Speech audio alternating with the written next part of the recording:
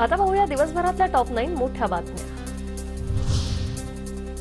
खंडणी शब्दावर जयंत पाटील ठाम, इतिहासात खंडणी शब्दाचा अर्थ वेगळा। महाराजांनी लिहिलेल्या पत्रातही खंडणीचा उल्लेख। खंडणी शब्दाचा अर्थ समजावताना जयंत पाटलांनी भाजपला सुनावलं।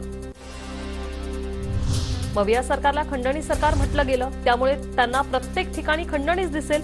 फडणवीसांची जयंत पाटलांवर टीका। 2 मंत्री 1 आमदार एका खासगी सचिवाने मृत मुलीचं प्रकरण दाबलं। ठाकरे गटाच्या अयोध्या पौळ यांचे गंभीर आरोप। मनोज जरांगे यांना वैफल्य आलंय। मराठ्यांच्या प्रश्नासाठी आंदोलन उभं राहिलं, लोकप्रियता मिळवली, आता आरक्षण राहिलं बाजूला, राजकीय नौटंकी सुरू आहे। प्रवीण दरेकर यांचा मनोज जरांगेंवर हल्लाबोल। नितेश राणे स्वतःचं रक्षण करू शकत नाही, स्वतःसोबत बाउन्सर आणि 6 गाड्या घेऊन फिरतो, तो काय हिंदूंचं रक्षण करणार? एमआयएम नेते इम्तियाज जलील यांचा नितेश राणेंवर हल्लाबोल। फोडाफोडीचं राजकारण बघता आता राज्यात मविया सरकार आलं पाहिजे, एकनाथ खडसेंची प्रतिक्रिया।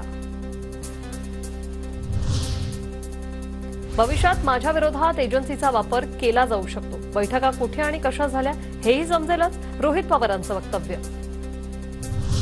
ओनली राष्ट्र नो महाराष्ट्र, विनोद तावडेंकडून देशाच्या राजकारणातच राहण्याचा मानस व्यक्त। विधानसभा निवडणुकीत फडणवीस, बावनकुळे, पंकजा मुंडे सांगतील ते करणार, तावडेंचं विधान।